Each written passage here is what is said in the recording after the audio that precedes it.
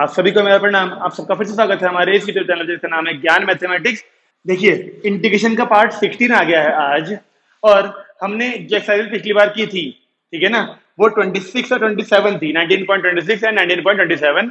उसके कुछ जो क्वेश्चंस हैं बच्चों ने डाउट में पूछे हैं।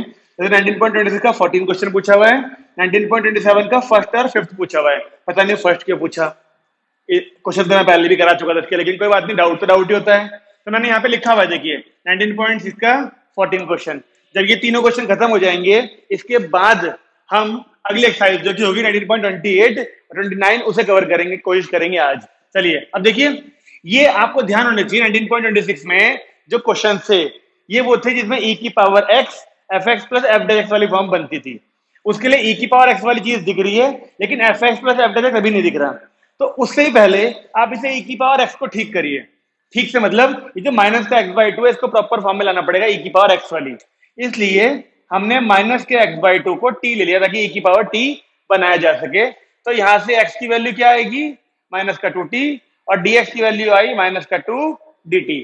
अब मैं अगर यहाँ पे क्वेश्चन में सारे x को t की फॉर्म में चेंज करूं तो क्या बनता है, देखिए सबसे पहले इसको लिख दूं e की पावर t, और dx की वैल्यू माइनस की 2 dt, तो माइनस का 2 ये रहा और dt यहां लिख देंगे। और देखिए क्वेश्चन कैसे कन्वर्ट हुआ, 1 माइनस साइन, नहीं x नहीं आएगा। देखिए x की वैल्यू अगर आप यहां से निकाल लें तो क्या आएगी, माइनस का 2t। अब साइन का जब एंगल माइनस का 2t होगा, sine of minus theta minus sine theta होने के चक्कर में ये बन जाएगा, अपॉन में आते हैं 1 प्लस कॉस। यहाँ पे भी x की वैल्यू माइनस का 2t लेगी, लेकिन कॉस में जब एंगल नेगेटिव होता है तो कॉस ऑफ माइनस थीटा की वजह से वो प्लस बन जाता है। यानी कि जो ये क्वेश्चन था वो e की पावर t की फॉर्म में चेंज करते ही कुछ ऐसा चेंज हो गया। अब हम जानते हैं कि 1 प्लस साइन 2t का अगर रूट हटाना है हमको, तो हम 1 को लिख सकते हैं sine square t plus cos square t, इसे लिख सकते हैं 2 साइन t कॉस t। यानी कुल मिला के ये वाली वैल्यू जो है e की पावर t के अंदर sine t plus cos t का होल स्क्वायर बनी होगी, वो भी रूट के अंदर, और अपॉन में तो 1 प्लस कॉस t का मतलब 2 कॉस स्क्वायर t ही बचा होगा, क्योंकि माइनस 1 से प्लस 1 कट गया होगा। ये बात तो आपको पता ही है, पता नहीं कितनी बार इस्तेमाल कर लिया हमने ये बात। अब आते हैं कि इस स्क्वायर से रूट हटेगा अगर, फिर एक बार साइन के नीचे ये वाली वैल्यू आएगी, एक बार कॉस के नीचे ये वाली वैल्यू आएगी। देखते हैं, चलिए जब ये हुआ साइन के नीचे आया 2 ये वाली वैल्यू, तो साइन अपॉन कॉस एक तो बन जाएगा tan t, और 1 अपॉन कॉस बचा होगा वो बन जाएगा sec t। साथ में एक 1/2 भी चल रहा है, और यहाँ तो e की पावर t चल ही रहा था, ओके प्लस। अब जब कॉस के नीचे करेंगे तो एक कॉस से एक कॉस हटेगा, 1 अपॉन कॉस बचेगा जिसे हम केवल sec बोलेंगे, 1/2 तो यहाँ भी चल रहा है dt।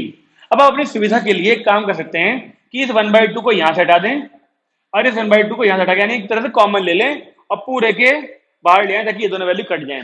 अब अगर आप पहचानने की कोशिश करें तो ये e की पावर x ये रहा, और ये है हमारा fx यानी कि फंक्शन। तो इसी के इसका डेरिवेटिव यही तो आता है। तो अब आंसर डायरेक्ट लिख दूं, यहां पे बचा है माइनस e की पावर t और fx यानी sec t प्लस c। अच्छा, माइनस e की पावर t यानी ये माइनस का x/2 sec, फिर t की वैल्यू यही माइनस का x/2। अब sec में भी अंदर माइनस आता है तो आपको पता है प्लस हो जाता है वो। तो आंसर हमारा कुछ ये बन रहा है इस क्वेश्चन का, यानी कि 14th क्वेश्चन का जो डाउट बच्चों ने पूछा था उसका आंसर कुल मिला के ये आ रहा है। और वो तो आपको पता ही है, यहाँ पर लैंग्वेज लिखनी पड़ती है, जैसे integral is of the form F x plus F dash x, साथ में e की पावर x, तो सॉल्व करके e की power x F x plus c आता है आंसर। कोई समस्या होनी तो नहीं चाहिए। चलिए, ये था हमारा 26 का क्वेश्चन। अब 27 का फर्स्ट क्वेश्चन दिखाते हैं आपको। एक्सरसाइज 19.27 का फर्स्ट क्वेश्चन। ये थोड़ा सा परेशान पता है क्यों कर रहा होगा बच्चों को, इसमें a और b आ गए। दिखाते हैं, देखिए क्वेश्चन है e की पावर ax cos bx, ये क्वेश्चन है। अब इसको आपको ये फॉर्म ध्यान है ना, जब e और साइन या कॉस दोनों इकट्ठे मिलते हैं, e के साथ में कॉस मिल जाए या e के साथ में साइन मिल जाए, तो उस केस में हमको i मानना पड़ता है, क्योंकि यही वाली वैल्यू 2 बार बाई पार्ट्स लगने के बाद दोबारा यहाँ पे मिलती है, उसको फिर से i माना जाता है। वो वाली वैल्यू धरा के ऐड या सब्ट्रैक्ट जो भी है वो हो जाती है।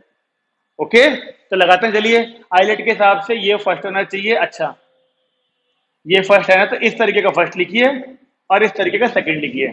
अब हम लगाते हैं यहाँ पर बाई पार्ट्स। ठीक है जी। तो फर्स्ट ऐसे कैसा, इंटू सेकंड का इंटीग्रल ई की पावर ए एक्स अपॉन में ए, इधर तो आई चल ही रहा है, integral derivative of first cos का इंटीग्रल प्लस हो जाएगा ना साइन बी एक्स और एक बी और आएगा इनटू इंटीग्रल ऑफ सेकंड इसका ई की पावर ए एक्स अपॉन में ए और एक डी एक्स।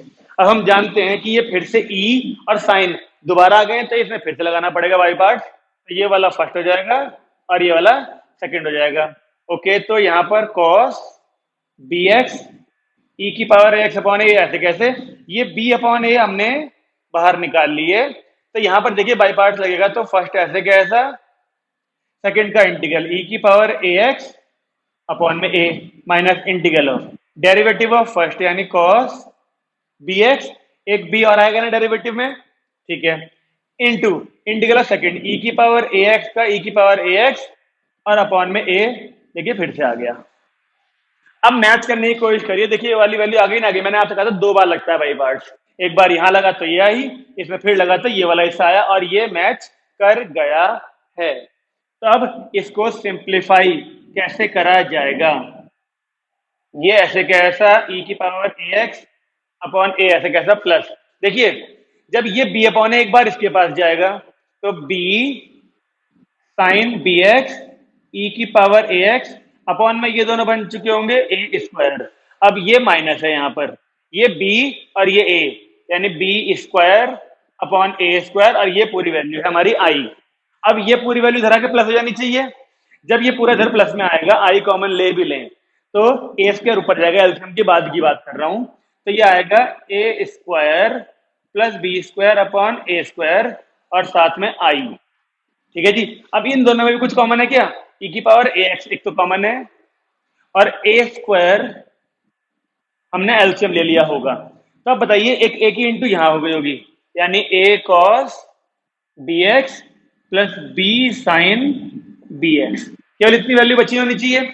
अब इस ए स्क्वायर से हम ये ए स्क्वायर कट कर दें तो आई की वैल्यू ये वाली वैल्यू अपॉन में आएगी, यानी ई की पावर में ए एक्स अपॉन में a square plus b square a cos b x plus b sine b x.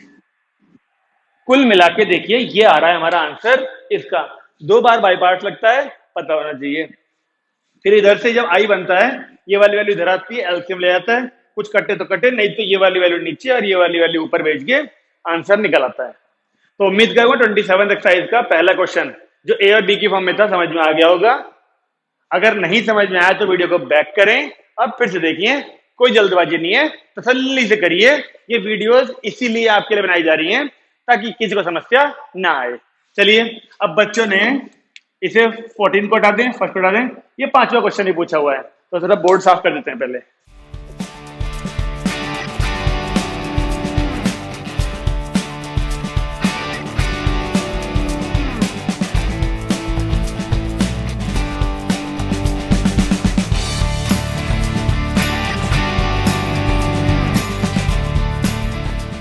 हाँ जी, देखिए ये लिख दिया मैंने 5वां क्वेश्चन जो बच्चों ने 27 एक्सरसाइज का पूछा हुआ था।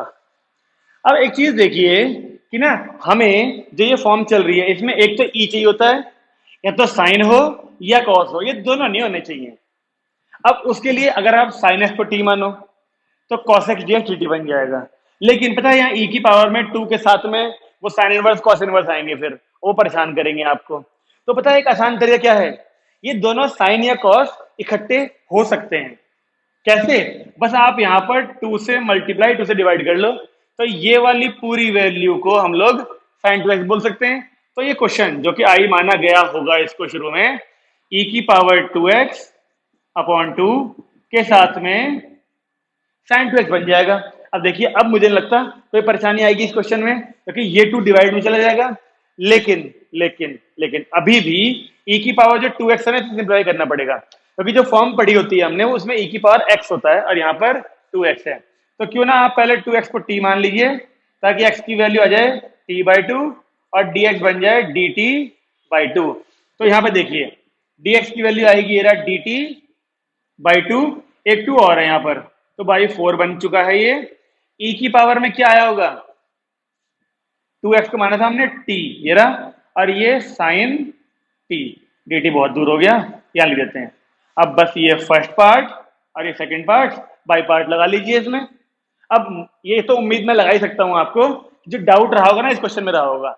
जैसे मैंने इसको सिंप्लीफाई करके यहां से यहां तक पहुंचाया है, अब आपको इसे सॉल्व करने में कोई तकलीफ नहीं आनी चाहिए। अगर अभी भी तकलीफ आ रही है तो यानी कि आपने इसे और पिछली वीडियो को अब तक नहीं देखा है।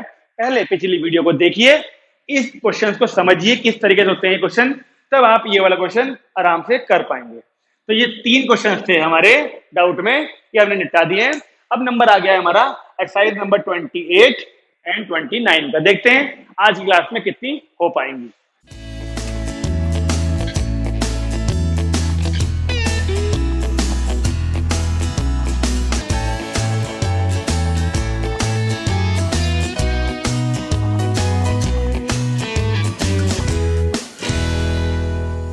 हाँ जी, तो जो अब एक्सरसाइज का नंबर है 19.28, ये कोई नई एक्सरसाइज नहीं है आप लोगों के लिए। आपको ध्यान है, हमने कुछ दिन पहले एक फॉर्म करी थी, इसके 1 के अपॉन में क्वालिटी क्वेश्चन आया करती थी और उसके फैक्टर नहीं हो पा रहे होते थे। तो हम उस क्वालिटी क्वेश्चन को किस तरीके से सॉल्व करते थे, वीडियो को पॉज करिए और कमेंट बॉक्स में लिख के बताइए। मुझे पता है कमेंट आप लोगों को करना अच्छा नहीं लगता, मैं जानता हूं कि आप लोगों को कमेंट करना अच्छा नहीं लगता, लेकिन थोड़ा सा हमारा ख्याल कर लीजिए। हमें भी तो कभी कभी ये जानने की जरूरत पड़ती है कि कौन कौन बच्चा वीडियो देख रहा है और किस किस बच्चे को ये पता है कि जो हम सवाल पूछ रहे हैं उसका आंसर क्या है। तो कभी कभी तो कमेंट कर ही दीजिए करें। अच्छा, वैसे आपकी सेहत पे कोई फर्क नहीं पड़ेगा अगर आप वीडियो को लाइक और कमेंट कर दें तो, लेकिन हाँ, थोड़ा सा एहसान हमारे ऊपर हो जाएगा, जो हम आपके लिए सारा कंटेंट फ्री ऑफ कॉस्ट लेके आ रहे हैं वो थोड़ा सा कारगर हो जाएगा और YouTube फिर इन वीडियोस को और बच्चों तक भी शेयर करेगा आपके लाइक और कमेंट करने से ही केवल। चलिए, तो मैं आपसे कह रहा था 1 के अपॉन में क्वालिटी क्वेश्चन मिलती थी, हम उसको completing the whole square method से करते थे। उसके लिए हमने 6 फॉर्मूले भी पढ़े थे अपॉन में, 1 अपॉन में x square plus square, x square minus a square, a square minus x square. उम्मीद करूंगा आपको याद आ गया होगा। तो 19.28 है ना, ये कुछ कुछ ऐसी एक्सरसाइज ही है, लेकिन बस अंतर इतना है, जो अपॉन में क्वाड्रेटिक क्वेश्चन हुआ करती थी अब वो अपॉन में ना होके न्यूमरेटर में होगी। अब तो न्यूमरेटर में क्वाड्रेटिक क्वेश्चन होगी तो हम वहां भी completing the whole square method लगा सकते हैं, कोई बड़ा काम नहीं है। लेकिन अब आपके मन में सवाल ये आना चाहिए कि सर अगर न्यूमरेटर में क्वाड्रेटिक क्वेश्चन मिलेगी तो हम completing the whole square method क्यों लगाएंगे? हम तो क्वाड्रेटिक क्वेश्चन की जो 3 टर्म्स होंगी तीनों के इंटीग्रेशन अलग अलग कर लेंगे। नहीं भाई नहीं, समस्या ये है जो न्यूमरेटर में क्वाड्रेटिक इक्वेशन मिलेगी वो बिना रूट के नहीं मिलेगी, वो रूट के साथ मिलेगी। अब ये तो हम सबको पता है कि अगर सिंपल कुछ इस तरह की इक्वेशन मिल गई, अगर मान लो हमको 4x square plus 3x plus 7 इसका इंटीग्रेशन करने को मिल गया, अब हम यहां थोड़ी लगाएंगे completing the whole square method. Common sense वाली बात है, इनका सबका इंटीग्रेशन अलग अलग हो ही जाएगा। नहीं, हमको मिलेगा जी क्वेश्चन कुछ ऐसा वाला, इसमें तो नहीं कर सकते ना अलग अलग सबको, तो हमको यहाँ पे completing the whole square method लगाना पड़ेगा। और उसके बाद 3 फॉर्मूले हमको दिए गए हैं इसमें, क्योंकि 3 ही ऑप्शन है हमारे पास। या तो दिखाता हूं, देखिए, रूट में a square plus x square ऐसी फॉर्म बनेगी, या फिर रूट में x square minus a square जैसी बनेगी, या फिर रूट में a square minus x square. ये 3 ही ऑप्शंस पॉसिबल हैं यहाँ पे कंप्लीटिंग द होल स्क्वायर लगा के, इनमें से ही कोई ऑप्शन आ सकता है बस। अच्छा, अब आप फिर से अपना सर पकड़ोगे, ऐसा करके खुजाओगे कि फिर 3 फॉर्मूले, तो घबराने की कोई जरूरत नहीं है। अगर यही 1 अपॉन में होता था तो हमें इसका फॉर्मूला मालूम था, लॉग एक्स प्लस रूट में एक्स स्क्वायर प्लस स्क्वायर। तो पता है इन तीनों के जो फॉर्मूले 1 अपॉन वाले थे वो इसमें फिर से इस्तेमाल होंगे यहाँ बाद में, ठीक है ना। तो बचा क्या, केवल जो स्टार्टिंग वाली वैल्यू है वो इन तीनों में नई है। और आसान बात क्या है, नई होने के बावजूद भी वो स्टार्टिंग वाली वैल्यू तीनों में सेम है। आ गया ना आसान, मजा आ गया ना। अगर जो समझ में आई हो तो लाइक कर दो वीडियो को। तो शुरू की 3 वैल्यूज तीनों की नई है लेकिन सेम है, एक की पता होगी तो दूसरी तीसरी की सेम होगी। और बाद वाली वैल्यूज ये वही होंगी जो 1 के अपॉन में इनकी अपनी अपनी हुआ करती थी। तो ये फॉर्मूले हमारे लिए कोई नए फॉर्मूले नहीं होंगे। चलिए इनकी वैल्यू डालते हैं। तो अब देखिए, रूट में जब चलिए ठीक है, ए स्क्वायर प्लस एक्स स्क्वायर है तो इसमें नई चीज देखिए क्या है, केवल x/2 रूट में एक्स स्क्वायर प्लस स्क्वायर, ये वाली वैल्यू नहीं है। इसके बाद वाला हिस्सा जो था a²/2 log x plus root में x² प्लस a²।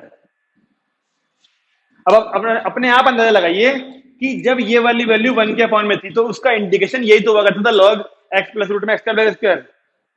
यही वाली वैल्यू तो नहीं है, ये तो तीनों में आनी है। अच्छा a²/2 ये भी तीनों में आना है, इनका कोई नहीं है, तीनों फॉर्मूले जैसे ही है। ठीक है, तो अब इसमें भी पहले तो वही आएगा, x/2 रूट में x² माइनस a²। जो ये वाली वैल्यू वही आएगी, वो थोड़ी आएगी ऑप्शन से। हाँ वैसा ही है, लेकिन ये वाली वैल्यू आएगी। बस यहाँ पे माइनस आता है a²/2 लॉग और फिर यही वाली वैल्यू x के साथ रूट में x² minus a² plus c। अब तीसरे वाला ऐसा ही है ना फिर से, तो x/2 रूट में a² माइनस प्लस a²/2। जब ये वाली वैल्यू 1 के अपॉन में हुआ करती थी तो आपको ध्यान होगा इसके इंडिकेशन में साइन इनवर्स आया करता था, तो यहां भी आएगा वो साइन इनवर्स x/।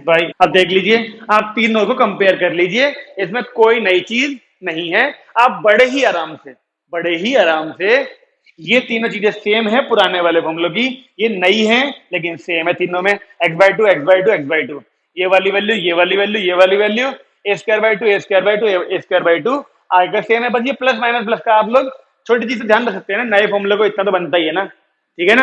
अब अगर ये क्वेश्चन होता तो इस क्वेश्चन में कंप्लीटिंग द होल्स का मेथड लगा दूं, थोड़ी अजीब सी वैल्यू है ना, थोड़ा आसान कर लेता हूँ इस क्वेश्चन को। एक काम करता हूँ, 4x² प्लस 3x प्लस 7 है ना, एक काम करता हूँ 4x² प्लस 3x प्लस 1 कर लेता हूँ, थोड़ा सा आसान है ना अपने लिए। ठीक है, अब इसमें मैं कंप्लीटिंग द होल्स का मेथड लगा के ये वाला लाके दिखाता हूँ आपको। चलिए, अब completing the whole square method के लिए आपको ध्यान रखना पड़ता है दो बातों का, कि एक तो x² अकेला होना चाहिए और प्लस का होना चाहिए। तो प्लस का तो है लेकिन अकेला नहीं है, इसलिए हमने 4 बाहर निकाला और रूट के बाहर आके वो 4 बन गया होगा 2। ठीक है जी, तो कुछ ऐसा दिखेगा आपको, ये x² प्लस 3/4x प्लस 1/4।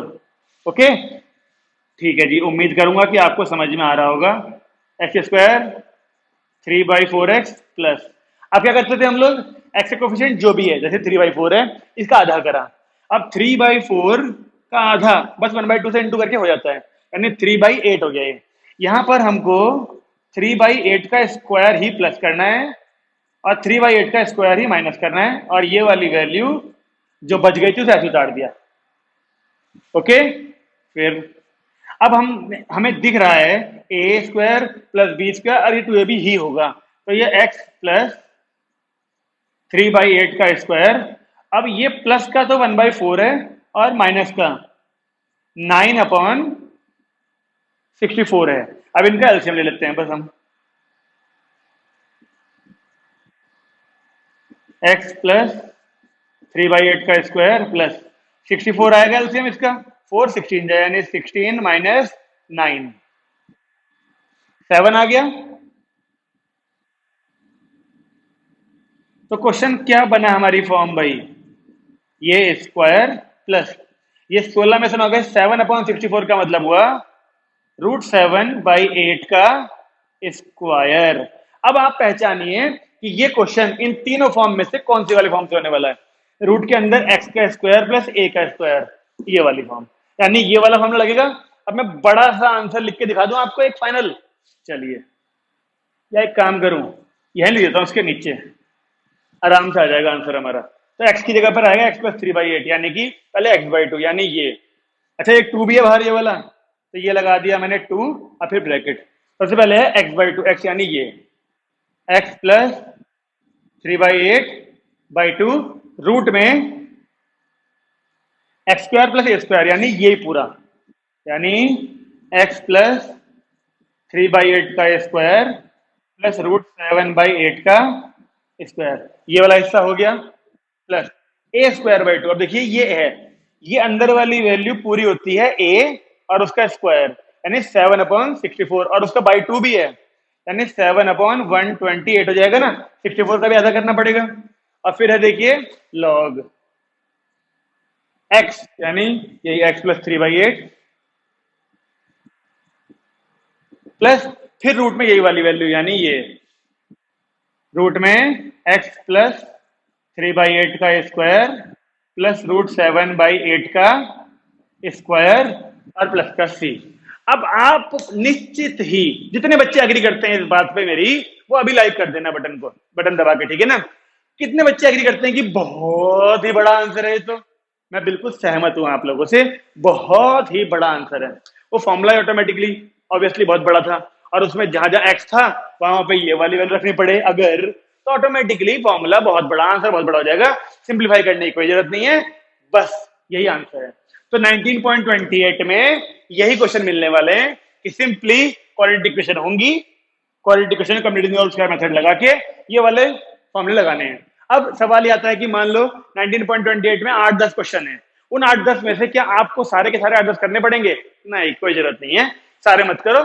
जैसा कि मैं हमेशा कहता हूं, उन 8-10 में से सबसे बढ़िया बड़ी बड़ी वैल्यूज, कोफिशिएंट्स बड़े बड़े जिसके अंदर होंगे ना, वही उम्मीद है थोड़े टफ होंगे, आप उनको कर लो। अब देखो 10 हैं तो ये जिम्मेदारी तो आपकी बनती है, अगर 10 में से 5 ना करो तो 10 में से 3 या 4 तो कर ही लेना, ठीक है ना। क्योंकि आपको एक एक बार कम से कम 3 फॉर्मूले लगते हुए दिख जाने चाहिए कैसे लगाने हैं। इसी बहाने कंप्लीटिंग द होल स्क्वायर की प्रैक्टिस थोड़ी और अच्छी हो जाएगी आपकी। कुछ बच्चों को तो अभी तक भी completing the whole square method नहीं आता है, तो इसलिए 19.28 में कुछ अलग क्वेश्चन नहीं मिलेंगे, केवल यही वाले मिलेंगे, ध्यान से करिएगा उनको। चलिए अब चलते हैं हम 19.29 पे। 19.28 का ही ना एक क्वेश्चन मुझे बढ़िया सा दिखाया किताब में, इसलिए 29 पे जाने से पहले उस क्वेश्चन को दोबारा कर लेते हैं, अन्यथा आप लोग मेरे से पूछोगे, बेहतर है मैं खुद ही करा दूं वो क्वेश्चन, ठीक है ना।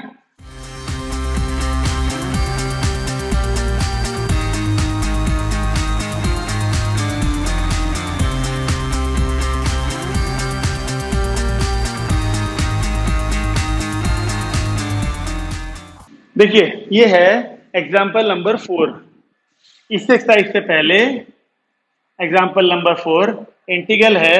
अच्छा, इस क्वेश्चन को कराने की एक वजह और भी है, डिफिकल्ट तो है यानी अलग तो है नो डाउट, एनसीईआरटी के मिसलेनियस में है। अब वहां जाके भी तो अटकेंगे ना फिर आप लोग, उससे अच्छा है हम पहले ही इसको कर देते हैं। देखिए एक बड़ा रूट, उसके अंदर न्यूमरेटर और डिनोमिनेटर दोनों में रूट है ना, बढ़िया क्वेश्चन। अब सोचने वाली बात है कि 19.28 में हम लोग क्वेश्चन कर रहे थे न्यूमरेटर में रूट के अंदर क्वाड्रेटिक इक्वेशन वाले, ये तो दूर दूर तक भी नहीं लग रहा है था, लेकिन है तो उसके अंदर ही। चलिए शुरू करते हैं। अब सबसे पहली चीज जो समझ में आ रही है मुझे वो ये कि इसको सिंप्लीफाई करा जाए अगर, दो तरीके समझ में आ रहे हैं मुझे। एक तरीका तो ये कि रूट एक्स को पहले टी मान लें ताकि रूट के अंदर 1 - टी 1 + टी जैसा कुछ बन जाए, और फिर रेशनलाइज करें उसको रूट को हटाने के लिए। या फिर एक तरीका, अगर मैं रूट एक्स को cos 2 थीटा ले लूं, लेकिन फिर ये जरूरी नहीं है कि ये क्वेश्चन कन्वर्ट होने के बाद इस वाली एक्सरसाइज यानी कि न्यूमरेटर में क्वाड्रेटिक इक्वेशन वाली फॉर्म बन जाए। न्यूमरेटर में क्वाड्रेटिक इक्वेशन ही चाहिए तो रूट एक्स को टी मान के करना पड़ेगा, क्योंकि ट्रिग्नोमेट्री नहीं आएगी ना फिर। अच्छा सोचता हूं जरा, अगर रूट एक्स को, आप लोग भी वीडियो पॉज करके खुद सॉल्व करके देखिए, अगर रूट एक्स को cos 2 थीटा लें तो 1 - cos 2 theta 1 + cos 2 theta value आती है ना, सिंपल रूट भी दे रखा है हमको। तो आप लोग वीडियो को पॉज करके खुद ट्राई करिए, तभी क्वेश्चन करने का मजा है। ऐसा कुछ नहीं होगा ऐसे हाथ बांध करके या फिर लेट करके फोन पकड़ के देखे जा रहे हैं वीडियो, जैसे कोई मूवी चल रही हो कैप्टन अमेरिका वाली। नहीं, ये मैथमेटिक्स है तो कॉपी पेन तो चाहिए ही चाहिए। वीडियो को पॉज करके खुद भी करो और फिर मैच करना मेरे वाले से, ठीक है ना। अगर हम रूट एक्स cos 2 थीटा लेते तो 1 - cos 2 थीटा अपन 1 + cos 2 थीटा सॉल्व करके, ठीक है, रूट एक्स cos 2 थीटा तो एक्स की वैल्यू cos स्क्वायर 2 थीटा आती, डेरिवेटिव करते 2 cos 2 थीटा sin 2 थीटा हो तो जाता ही। अगर हम उसे क्या कहते हैं sin 2 थीटा और cos 2 थीटा को sin 4 थीटा ना लिखें, अगर उन्हें ऐसे रहने दें तो sin 2 थीटा वाले में हाँ हो तो जाएगा, हो तो जाएगा। लेकिन अगर रूट एक्स को टी ले लें 1 - टी अपन 1 + टी ऊपर रूट के लिए, अब सोच तो रहा हूँ दोनों तरीके करा दूं, लेकिन दोनों तरीके कराने के लिए फिर ये वीडियो बहुत लंबी हो जाएगी। अगर हम केवल रूट एक्स को टी ही मान लें, हो तो ट्रिग्नोमेट्री वाले से भी जाएगा, ये गारंटी है, ठीक है ना। लेकिन रूट एक्स को टी मानते तो एक्स की वैल्यू आती टी स्क्वायर और डी एक्स बनता 2t dt।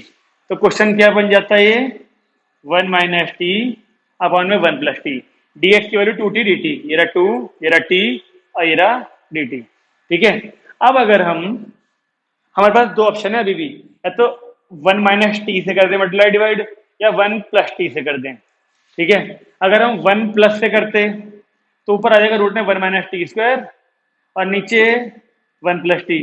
फिर सेपरेट करके भी कोई फायदा नहीं होगा, क्योंकि क्वाड्रेटिक क्वेश्चन अगर ये वाली फॉर्म लगानी जो पढ़ रहे हैं उसमें नीचे कुछ नहीं होना चाहिए। अच्छा, अगर हम 1 - t से कर दें,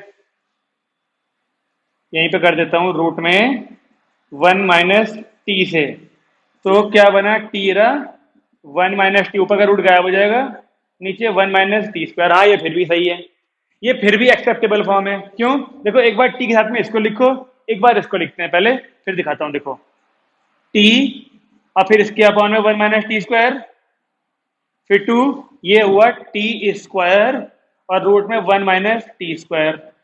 अब अगर इसकी बात करें इंटीग्रेशन करने की, तो आप लोगों को पता होगा, अंदर वाली वैल्यू को m ले लो तो डेरिवेटिव यही आएगा, dm अपॉन रूट m आ जाएगा। तो ये वाला पार्ट तो आप लोग कर सकते हैं अपने आप। इसकी बात करें तो जो बच्चे हम लोगों से रेगुलर जुड़े हुए हैं, जो रोज क्लास में आते हैं, उन लोगों को पता होगा कि जब ऊपर भी t² है, नीचे भी 1 - t² है, तो जैसी वैल्यू नीचे है वैसी हम लोग ऊपर बढ़ाने की कोशिश करते हैं, लेकिन उसके लिए t² माइनस है, तो यहाँ भी माइनस चाहिए ना। कैसे आएगा वो माइनस?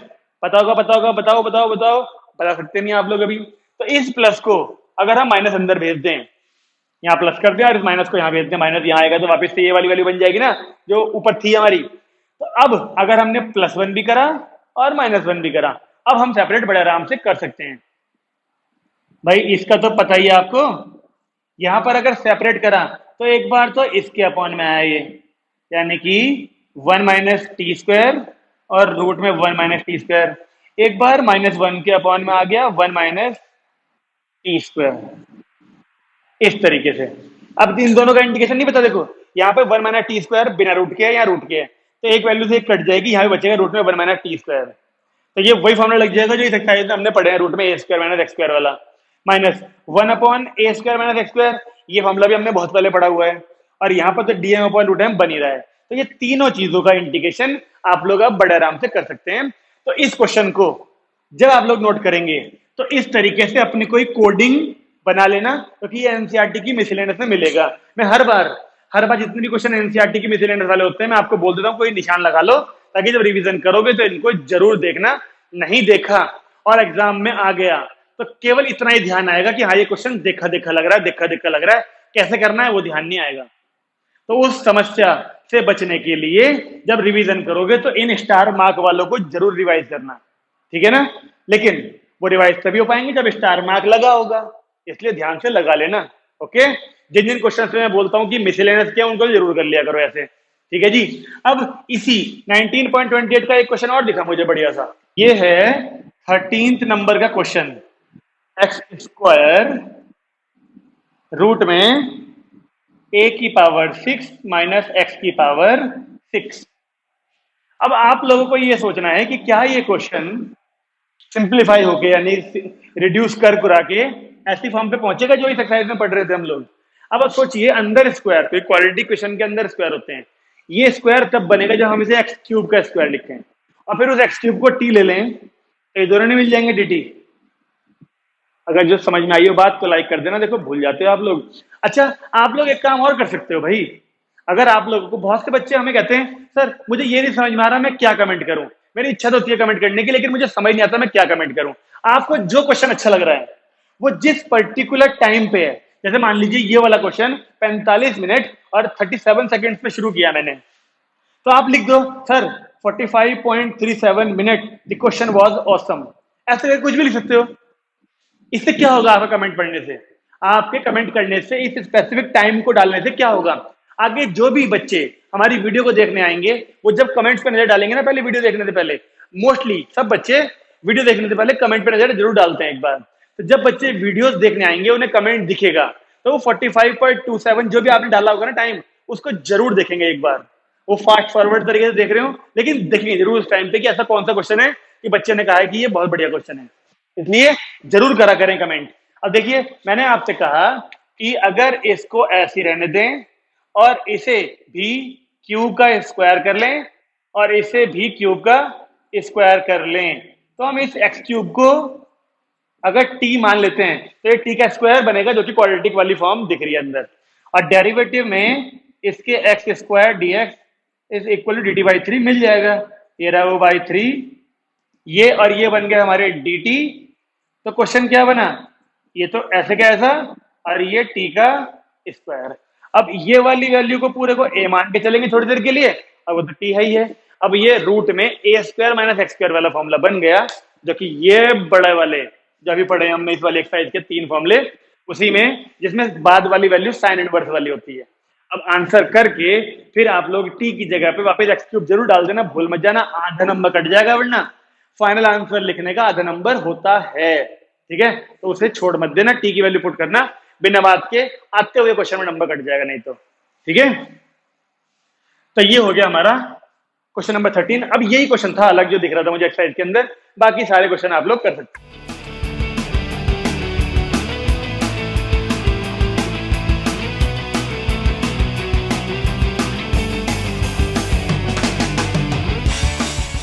हाँ जी, तो अब नंबर आ गया है हमारा 19.29 का। इस एक्सरसाइज को भी आज की वीडियो में ही कवर करना क्यों जरूरी है, क्योंकि इसमें जो क्वेश्चन आएंगे वो भी हमारे उन्हीं 3 फॉर्मूला से जुड़े हुए हैं जो थोड़ी देर पहले हमने करे। तो ये खत्म कर देंगे, इसके बाद हमारे 19.30 जो एक्सरसाइज आएगी वो होगी पार्शियल फ्रैक्शन वाली, उसको हम लोग नई क्लास से कवर करेंगे। ठीक है ना, तो अब 19.29 में नई क्या बात है, आपको कुछ दिन पहले ध्यान होगा हमने एक फॉर्म पढ़ी थी लीनियर अपॉन क्वाड्रेटिक। उसमें क्या करते थे हम, लीनियर को ब्रेक करते थे a d by d x of denominator plus b, a और बी की वैल्यू ढूंढा करते थे, सेपरेट कर लिया करते थे और क्वेश्चन बड़े आराम से हो जाया करता था। क्या कह रहे, बड़े आराम से नहीं होता था, चलो ठीक है मान लिया कि बड़े आराम से नहीं होता था, लेकिन हो तो जाता था ना। ठीक है, थोड़े लेंथी क्वेश्चन होते थे वो, लेकिन हो जाते थे। ऐसे ही क्वेश्चन अब आ गए हैं, बस अंतर इतना है कि अब क्योंकि फॉर्मूले हमारे अपॉन वाले नहीं है, न्यूमरेटर वाले हैं, तो क्वेश्चन भी हमारे अब ऐसे ही होंगे। देखो मान लो 2x प्लस 3 लीनियर के अपॉन में क्वाड्रेटिक ना मिलके यहां क्वाड्रेटिक मिल रही है, यानी लीनियर अपॉन क्वाड्रेटिक ना मिलके लीनियर के इनटू में क्वाड्रेटिक मिल रही है। तुम कहो सर रूट में क्यों है फिर क्वाड्रेटिक, अरे रूट नहीं होगा तो इस पूरे की इनटू आप इससे करके सबका अलग अलग कर लोगे इंटीग्रेशन, तो रूट तो होना जरूरी है, क्योंकि रूट नहीं होगा तो ये क्वेश्चन यहाँ पे होगा ही नहीं ना, फिर तो ये बहुत पहले कर लिया होता हमने। तो अब ये देखो लीनियर के अपॉन में क्वाड्रेटिक ना होके, क्योंकि करता आप वो भी चुके हो, लीनियर के अपॉन में रूट क्वाड्रेटिक होती थी जो। तो इस क्वेश्चन को करने का भी तरीका कुछ नया नहीं है, हम वैसे ही करेंगे जैसे पहले करते थे। Linear is equal to a d by d x of ये रूट वाली वैल्यू प्लस बी, बिल्कुल वैसे क्या वैसा ही। तो ये 2x प्लस 3 ऐसे कैसा, ए ऐसे कैसा, इसका डेरिवेटिव हुआ 8x प्लस 7 और प्लस का बी ऐसे कैसा। अब ए और बी की वैल्यू निकालते थे हम, ढूंढ लेते हैं जल्दी जल्दी। 8ax plus 7a plus b. अब x वाले कोफिशिएंट कंपेयर करूं तो 8a is equal to 2, a is equal to 1/4। अब b की वैल्यू निकालनी होगा तो ये कांस्टेंट टर्म है हमारी 7a प्लस बी, इधर कांस्टेंट टर्म है 3, तो a की वैल्यू 1/4 डालूं तो 7/4, उधर भेज दिया माइनस में, b is equal to 3 minus 7/4, ये बन गया 12, 12 माइनस 7 5/4, ये आ गई b की वैल्यू। ए और बी दोनों मिल चुके, इन दोनों को हम यहां पुट करेंगे, इन दोनों की वैल्यू को यहां पुट करेंगे और फिर ये वाली वैल्यू को क्वेश्चन में पुट कर देंगे। मैं उम्मीद करूंगा आप लोगों को ध्यान आ गई होगी। तो इसे अगर फर्स्ट में पुट कर दें, पुट इन 1, तो 2x plus 3 is equal to a, यानी 1/4 8x प्लस 7 और प्लस का b यानी 5/4। अब अकलबंदों की तरह, अकलमंदों की बात नहीं कर रहा हूं, अकलबंदों की बात कर रहा हूं, अकलबंदों की तरह इसको सॉल्व मत कर देना, एलसीएम लेके कहीं सॉल्व कर दो, वो सॉल्व होकर 2x प्लस 3 बन जाएगा, फायदा कुछ नहीं होगा। फिर ध्यान रखना इस बात का, हमने अपनी सुविधा के लिए ही तो इसको तोड़ा है इस फॉर्म में, तो ये बात ध्यान रखना, भूल मत जाना। ओके, तो चलिए अब हम इस वाली वैल्यू को यहाँ क्वेश्चन में पुट कर रहे हैं, इस जगह पर दिखाता हूं, यहां पर 2x प्लस 3 की वैल्यू ये, यानी इस जगह पर, तो 1/4 8x प्लस 7 प्लस 5/4 ब्रैकेट में और रूट में ये वाली वैल्यू, यानी कि 4x square plus 7x plus 1 का इंटीग्रल। ओके, अब आपको ध्यान होगा एक बार इस पूरे के साथ में ये वाली वैल्यू आएगी, एक बार इसके साथ में आएगी ये वाली वैल्यू। तो 1/4 यहाँ इंटीग्रल तो चल ही रहा था, dx था, 1/4 बाहर करा, 8x + 7 के साथ आ गई एक बार ये रूट वाली वैल्यू, 4x² + 7x + 1। ओके, और एक बार इसके साथ आएगी, ये रहा 5/4 और रूट में 4x² + 7x + 1।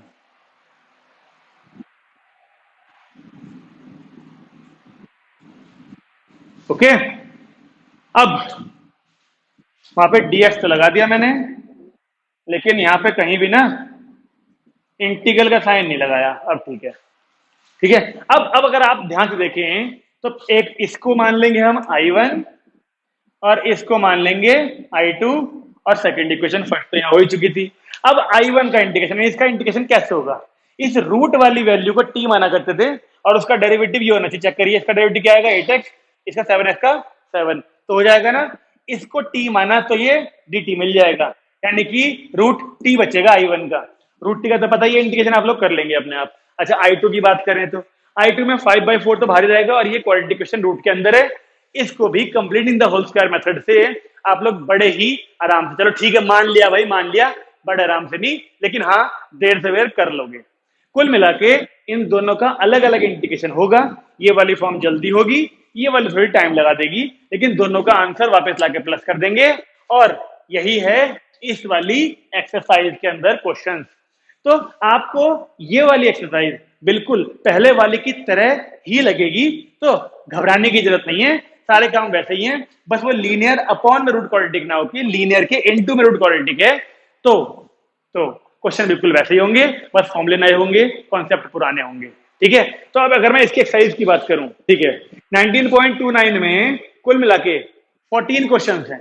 उन 14 में चार क्वेश्चन बोर्ड में आए हुए हैं, उन्हें तो जरूर करना हर बच्चा, ठीक है ना। और उसके ऊपर के भी एक दो क्वेश्चन बढ़िया बढ़िया जिसमें वैल्यूज बड़ी बड़ी हो, उन्हें कर लेना, और तब आपका ये टॉपिक भी पूरा हो जाएगा। मैं ग्रुप में वीडियो कह रहा हूं, मैं ग्रुप में क्वेश्चंस की फोटो भेज दूंगा, और जो बच्चे ग्रुप में हमारे साथ जुड़े हुए नहीं है वो बच्चे अपने अपनी आरडी शर्मा का 19.29 टॉपिक देख लेंगे, एक्सरसाइज देख लेंगे, तो नए क्वेश्चन मिल जाएंगे। मैं उम्मीद करूंगा आज के लिए 19.28, 29 ये दो एक्सरसाइज काफी हैं। हम फिर मिलेंगे आपसे बहुत जल्द अगली एक्सरसाइज के साथ, जो कि है पार्शियल फ्रैक्शन। तब तक बने रहें, स्वस्थ रहें, और लाइक और शेयर करना ना भूलें, कमेंट भी प्लीज कर देना। चलिए, नमस्कार।